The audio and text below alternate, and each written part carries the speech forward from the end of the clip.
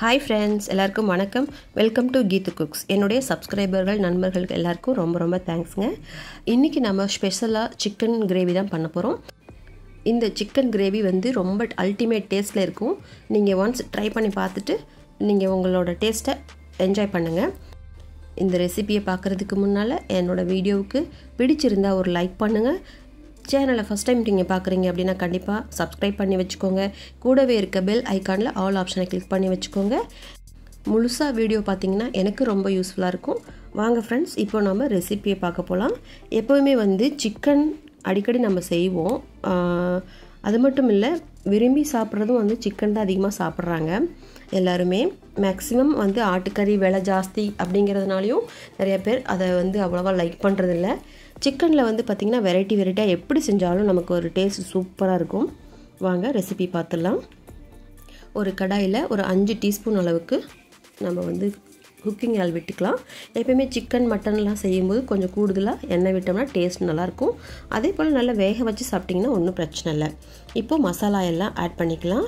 பட்டை 3, லவங்கம் ஒரு 5, ஒரு பிரிஞ்சி இலை, அப்புறம் வந்து ஏலக்காய் ஒரு 5, லாங் பெப்பர் அந்த மொக்குமா இருக்குது பார்த்திங்களா, அது 1, ஸ்டார் அனைஸில் இதழ்கள் ஒரு 3-4 இதை மட்டும் சேர்த்துக்கலாம். இப்போ வந்து நல்லா சாப் பண்ணி வச்ச பெரிய வெங்காயம் 3 அதையும் ஆட் பண்ணிக்கலாம். இப்போ நல்லா அதை வதக்கி விட்டுக்கலாம். பெரிய வெங்காயம் நீல வாக்கில் கட் பண்ணிக்கிட்டிங்கன்னா ரொம்ப டேஸ்ட் நல்லாயிருக்கும். சின்ன வெங்காயமும் சேர்த்துக்கலாம். எல்லாமே வந்து நமக்கு டேஸ்ட் கொடுக்குறது தான். நல்லா வதக்கி விட்டுக்கலாம். இது வந்து ஒரு கண்ணாடி நிறத்துக்கு வந்ததுக்கப்புறமா நம்ம அடுத்த பொருள் ஆட் பண்ணிக்கலாம். 2 நீல வாக்கில் இருக்கிற பச்சை மிளகா கீராமல் அப்படியே சேர்த்துக்கலாம். இது வந்து வேக இதில் இருக்கிற காரத்தன்மை வந்து நமக்கு குழம்புல இறங்க ஆரம்பிச்சிடும். அது வதங்கிட்டு இருக்கும்போதே 2 பெரிய வெங்காயம் சைஸ் அளவுக்கு எடுத்துகிட்டு அதை ரஃபாக கட் பண்ணி மிக்ஸி ஜாரில் போட்டு பேஸ்ட்டாக அரைச்சி அதையும் ஆட் பண்ணிக்கிட்டோம். எப்பயுமே வந்து பேஸ்ட் வந்து தண்ணி இல்லாமல் அரைச்சிக்கலாம். தக்காளியும் சரி வெங்காயமும் சரி நம்ம வந்து வெறுமனே அரைச்சா மட்டும் போதும். இப்போ அதை வதக்கிட்டு கொஞ்சம் போல் ஒரு 2 நிமிஷம் கழித்து 2 டீஸ்பூன் அளவுக்கு இஞ்சி பூண்டு பேஸ்ட்டையும் ஆட் பண்ணிக்கலாம். இஞ்சி பூண்டு பேஸ்ட்டும் நல்லா வதங்கி வரட்டும். இதெல்லாம் வதக்கும் போது பார்த்திங்கன்னா பேஸ்ட்டெல்லாம் தீயாமல் இருக்கணும் அப்படின்னு சொன்னால் நம்ம வந்து இப்போ இருந்தே வந்து லோ ஃப்ளேமில் ஸ்டவ் வச்சுக்கணுங்க. இப்போது மசாலா சேர்த்துக்கலாம். வெறும் மிளகாத்தூள் 2 டீஸ்பூன் அளவுக்கு ஆட் பண்ணியிருக்கோம். காரம் வேணும் அப்படின்னு சொன்னால் பின்னால் கூட நீங்கள் ஆட் பண்ணிக்கலாம். மல்லித்தூள் வந்து ஒரு 3 டீஸ்பூன் அளவுக்கு ஆட் பண்ணிக்கலாம். இது வந்து கன்சிஸ்டன்சி வந்து நல்லா கெட்டித்தன்மையாக கொடுக்கும், கூடுதலாக கொடுக்கும், அதுக்காக தான். அப்புறம் சிக்கன் மசாலா தூள் வந்து ஒரு 2 டீஸ்பூன் அளவுக்கு ஆட் பண்ணிக்கலாம். காரத்தை பொறுத்து கூடவோ குறைச்சோ நீங்கள் ஆட் பண்ணிக்கலாம், அது நம்மளுடைய இஷ்டம்தான். அதே போல் சால்ட் வந்து ஒரு 2 டீஸ்பூன் அளவுக்கு இப்போதைக்கு போட்டிருக்கேன். மறுபடியும் டேஸ்ட் பார்த்துட்டு பத்தலைனா ஆட் பண்ணிக்கலாம். எப்பயுமே உப்பு போடுறதுல கவனமாக இருக்கணும். 1/2 டீஸ்பூன் அளவுக்கு மஞ்சள்தூள் ஆட் பண்ணிக்கலாம். இப்போ இந்த மசாலா எல்லாமே நம்ம வந்து நல்லா வதக்கி விட்டுக்கலாம். இதுக்காக தான் நான் முதல்ல சொன்னேன், நம்ம கிரேவி சேர்க்கும் போதே ஃப்ளேம் வந்து லோ ஃப்ளேமில் வச்சுக்கிட்டோம்னா இந்த கிரேவி அண்டு இந்த மசாலா எதுவுமே வந்து தீயாமல் நமக்கு சூப்பரான ஒரு டேஸ்ட்டில் கொடுக்கும். இப்போ நம்ம நல்லா மிக்ஸ் பண்ணதுக்கப்புறமா 1 கிலோ அளவுக்கு நல்லா க்ளீன் பண்ண சிக்கனை ஆட் பண்ணிக்கலாம். சிக்கன் எப்பயுமே மஞ்சத்தூள் போட்டு கழுவி வச்சுக்கோங்க, அது வந்து ரொம்ப நல்லது. மஞ்சள் வந்து கிருமி நாசினி. அது மட்டும் இல்லை, எப்போயுமே இந்த காலிஃப்ளவரு, முட்டைக்கோஸு இதெல்லாம் சமைக்கும்போது மஞ்சள் தூள் ஆட் பண்ணிக்கோங்க. அதே போல் சிக்கன் மட்டன் வந்து நம்ம வேக வைக்கிறதுக்கு முன்னால் மஞ்சள் தூள் போட்டு கழுவிட்டு நம்ம ஆட் பண்ணிக்கிறதுனால எந்த ஒரு கிருமி இருந்தாலும் நமக்கு வந்து அது சமையல்லையும் சரி நம்ம ஆரோக்கியத்துலேயும் சரி பாதிக்காமல் பார்த்துக்கலாம். இப்போது நல்லா மசாலா சிக்கன்லலாம் மிக்ஸ் ஆனதுக்கப்புறமா நல்லா பரட்டி விட்டுட்டு ஒரு 2 நிமிஷம் கழித்து நமக்கு வந்து இந்த சிக்கன் வேகிறதுக்கு தகுந்த மாதிரி ஒரு 1/2 டம்ளர் அளவுக்கு தண்ணி விட்டு கிளறி விட்டுக்கலாம். இப்போ நம்ம வந்து மூடி போட்டு மூடி வேக விட்டுக்கலாம். ஒரு 5 to 10 நிமிஷம் நல்லா வேக விட்டுக்கலாம். வேக வைக்கும்போது நடுவில் நம்ம மூடியை எடுத்துகிட்டு நம்ம கிளறி விட்டுக்கணும். அப்போ தான் வந்து அடிப்பிடிக்காமல் இருக்கும், எல்லா பக்கமும் ஈவனாக வேகும். அப்பப்போ ஒரு 5 minutes ஒன்ஸ் நம்ம வந்து எடுத்து கிளறி விட்டுக்கலாம். அப்போ தான் நமக்கு வந்து கறி வந்து நல்லா ஈவனாக வேகும். இப்போ நம்ம நறுக்கின தக்காளியை ஒரு 3 மீடியம் சைஸ் தக்காளியை குட்டி குட்டியாக சாப் பண்ணி அதை ஆட் பண்ணிக்கலாம். கிளற வேண்டாம். ஒரு 2-3 நிமிஷம் மூடி வச்சு மறுபடியும் வேக விட்டதுக்கப்புறமா இதை மிக்ஸ் பண்ணோம்னா நமக்கு வந்து தக்காளி வந்து புளிப்பு சுவை அதிகமும் இல்லாமல் கம்மியாகவும் இல்லாமல் நமக்கு ஒரு சூப்பரான டேஸ்ட்டில் தக்காளி வந்து நமக்கு கிடைக்கும். அதனால தான் வந்து உடனே கிளறாமல் கொஞ்சம் நேரம் கழித்து கிளறி விடுறதுனால தக்காளி வந்து முழுமையாகவும் வேகாமல் அது ஒரு மாதிரி சூப்பரான ஒரு ஃப்ளேவர் கொடுக்கும். டேஸ்ட் நல்லா அல்டிமேட்டாக இருக்கும். புளிப்பு சுவையும் அற்புதமாக கரெக்டாக நமக்கு அமையும்.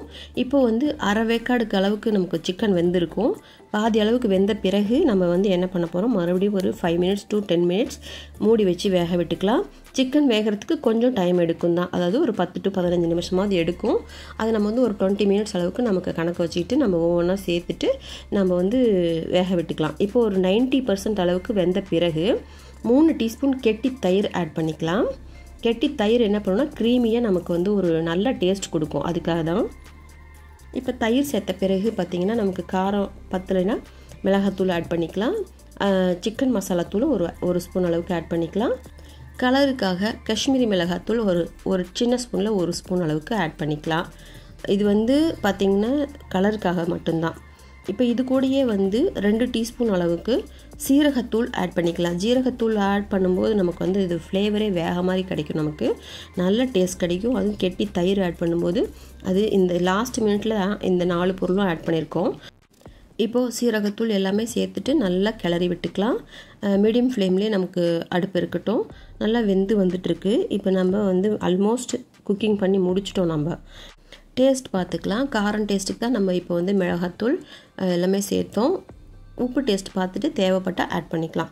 எனக்கு கொஞ்சம் குறைவாக இருந்த மாதிரி இருந்தது, அதனால் ஒரு 1/2 டீஸ்பூன் அளவுக்கு ஆட் பண்ணியிருக்கேன். இப்போது மறுபடியும் ஒரு 2 நிமிஷம் போல் லோ ஃப்ளேமில் வச்சுட்டு கொதிக்க விட்டுக்கலாம். பாருங்கள், எல்லாம் எண்ணெய் பிரிஞ்சு வர ஆரம்பித்தாச்சு. நல்லா சூப்பராக கறியும் வெந்து வந்தாச்சு. இந்த சமயத்தில் நம்ம கொத்தமல்லி தழையை தூவிட்டு இறக்கிக்கலாம். ரொம்ப அருமையான டேஸ்ட்டில் ஸ்பெஷல் சிக்கன் கிரேவி இன்றைக்கி தயார் பண்ணியிருக்கோம். இது வந்து எல்லா சாப்பிடக்கூடிய ஐட்டத்துக்கும் பொருந்தும். இட்லி, தோசை, சப்பாத்தி, சாதம், புலாவ் எல்லாத்துக்குமே ரொம்ப சூப்பராக ஆப்டாக பொருந்தும். நீங்கள் அடிக்கடி சிக்கன் செய்கிற மாதிரி இருந்தீங்கன்னா இந்த மாதிரி வெரைட்டியாக டேஸ்ட் வித்தியாசப்படுத்தி நீங்கள் வீட்டில் செஞ்சு கொடுத்தீங்கன்னா லைக் பண்ணி சாப்பிடுவாங்க. குழந்தைங்களுக்கும் ரொம்ப பிடிக்கும். எப்போவுமே நான்வெஜ், மட்டன், சிக்கன், ஃபிஷ்ஷு எது சாப்பிட்டாலும் நிறைய தண்ணி குடிங்க. அதே போல் நைட் டயத்தில் வந்து கண்டிப்பாக நான்வெஜ் எடுக்காதீங்க. தவிர்க்க முடியாத சூழலில் நீங்கள் எடுத்துக்கிற மாதிரி இருந்ததுன்னா ஒரு 3 hours முழிச்சிருந்து நிறைய தண்ணி குடிச்சிட்டு அதுக்கப்புறமா நீங்கள் தூங்க போங்க. உடனே தூங்க போகாதீங்க. ஏன்னா வந்து நான்வெஜ் நைட்டில் எடுத்துக்கிறது அவ்வளோவா நல்லதில்லைங்க, உடம்புக்கு அவ்வளவும் கேடு. நான்வெஜ் எடுத்துக்கலாம். கோழியில் வந்து பார்த்திங்கன்னா சிக்கனில் நாட்டுக்கோழி ரொம்ப நல்லது. அதே போல் ஆட்டுக்கறியில் வந்து அந்த ஹலால் பண்ணி தராங்க பார்த்திங்களா, அந்த மாதிரி இருக்கிற மட்டன் வந்து எடுத்துக்கோங்க. ரெட் மட்டன் எடுக்காதீங்க, அது வந்து நமக்கு பிளட் ப்ரெஷரை இன்க்ரீஸ் பண்ணும். அதே ஹலாலில் பண்ணக்கூடிய ஆடு எடுத்துக்கிட்டோம்னா ரொம்ப நல்லது. இந்த வீடியோ உங்களுக்கு பிடிச்சிருக்கும்னு நான் நினைக்கிறேன். கண்டிப்பாக லைக் பண்ணிக்கோங்க. புதுசாக பார்க்குறவங்க என்னோடய சேனலை வீடியோ பிடிச்சிருந்தால் சப்ஸ்கிரைப் பண்ணி வச்சுக்கோங்க. கூடவே இருக்க பெல் ஐக்கானில் ஆல் ஆப்ஷனை கிளிக் பண்ணி வச்சுக்கோங்க. நான் உங்களை அடுத்த வீடியோவில் மீட் பண்ணுறேன். தேங்க்ஸ் ஃபார் வாட்சிங் this video friends. Thank you, bye and take care friends.